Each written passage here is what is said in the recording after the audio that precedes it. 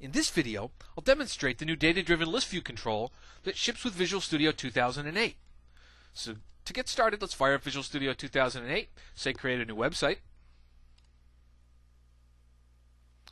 Now let's get right to the list view control. So we'll scroll down, find the data section, and the list view control, drag an instance of the list view control and drop it on our page. Now as I mentioned, the list view control that ships with Visual Studio 2008 is data-driven.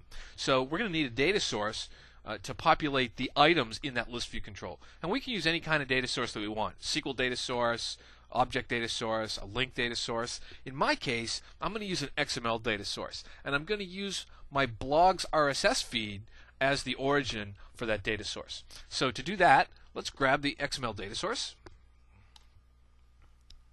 And we'll give it a more context-sensitive name. So XML Joe's RSS feed. Now we're going to have to configure this. So let's just do a little formatting here since I'm working in a little bit of restricted screen real estate.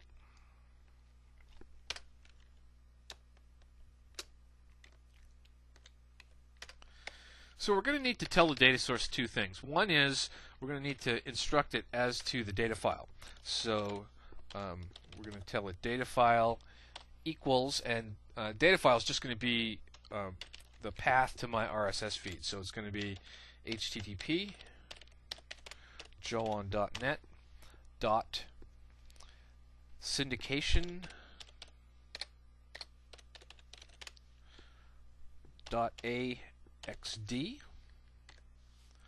And the other thing that we need to tell it is specifically how we're going to grab the items that we're going to iterate as we build the list, and that's going to be the item elements in my RSS feed. So we'll just do that by specifying a bit of XPath and saying that what we're really looking for in our in the XML data that comes back to us is in RSS channel, and we're really looking for the item elements.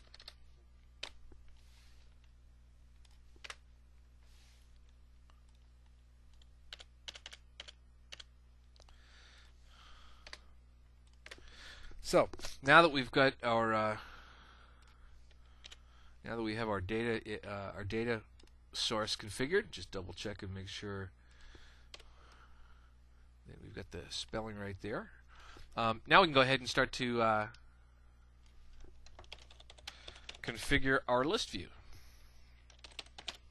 Now, at the high level, we need to tell our list view control two things. First of all, we need to specify what the data source that we want to pull the data from is, and in our case, it's going to be XML Joe's RSS feed.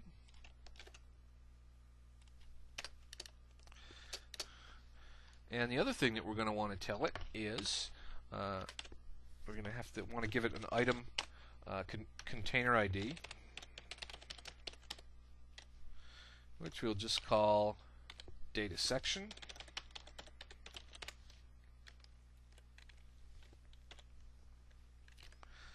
And now I can populate the templates that we'll need for our list view. Now, to configure this list view, we're going to use three templates. One is the layout template, which is sort of the overall layout of the list view. The second one is the item template, which is the visual layout of each item that's going to be iterated inside the list view control. And then last, we'll specify an item separator template, which is just what we want to separate the items that are displayed in the list. So to get started, let's specify a layout template. Remember, this is sort of the higher level piece, so here I'll just add some line feeds and a title. Right, so let's see, we'll just call this Joe's recent blog entries.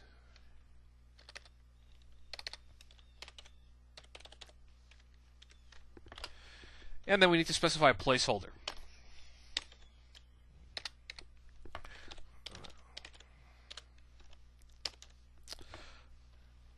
Now this placeholder needs an needs an ID, and the name of this ID wants to be specifically item placeholder. It's case sensitive, or it may be case sensitive, but it wants to be exactly this text. So you can't just name this anything that you want. Right, so we're going to call that item placeholder, and we also need to specify that this is a run at server. Okay, now that I have the layout template, now we can specify an item template. So let's grab an item template, and this is where we're going to specify the layout for the individual items that are going to be displayed in our list view. So let's start with the title of our blog posting, and what we really want this to be is a link back to the original blog posting. So let's start by making this a header, and then we're going to need an href because we want this to be a link back to the original blog posting. And so the next thing we're going to do is we're going to have to output the link element that we get back from the item in our RSS feed. So to do that, we'll just use the output syntax and a bit of XPath. And our XPath is simply going to fetch the link. Now we want actually to specify the title of the blog posting, and that's what's going to be the clickable object on the page. So to do that,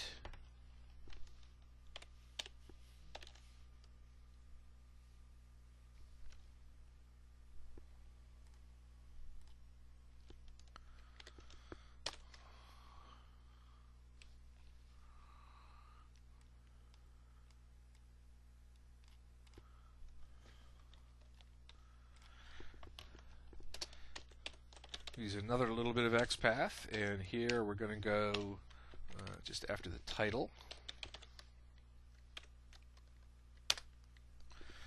And let's also add the published date. So let's add a paragraph there, and an M, and then we'll say published, and then grab the published date. So let's say XPath, and this is going to be pub date.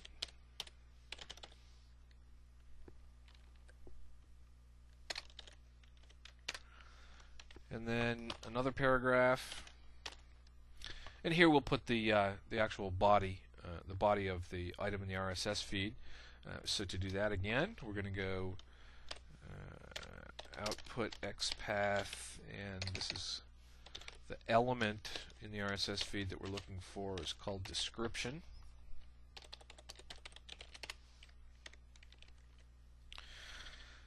And remember, the last template that we were looking for was going to be an item separator, which will just simply specify what's going to delineate the items in the list. So in our case, we'll just stick a little div in there, and we'll apply a style. Let's make this a dotted, just a dotted line. So we'll say height equals 0. Border top is dashed. Let's make it a dashed line of 1 pixel, and we'll just hard code a color. And that should do it.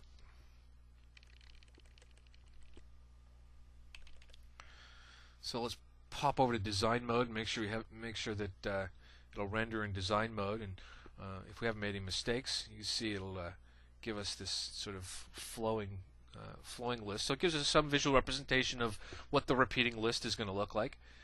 If we go ahead and run it,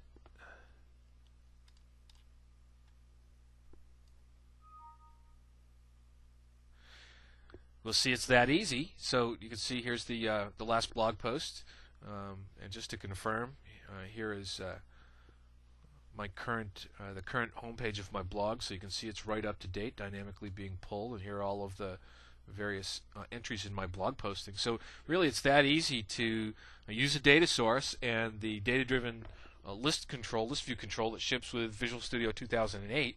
In the next video, I'll demonstrate how to use the data pager control that's also new in Visual Studio 2008 in conjunction with the list view control to automatically give you page navigation, so that if you're retrieving a large number of data items, you don't have to load all of them in the page at one time, but you can let your user page back and forth, and I'll show that in the next video.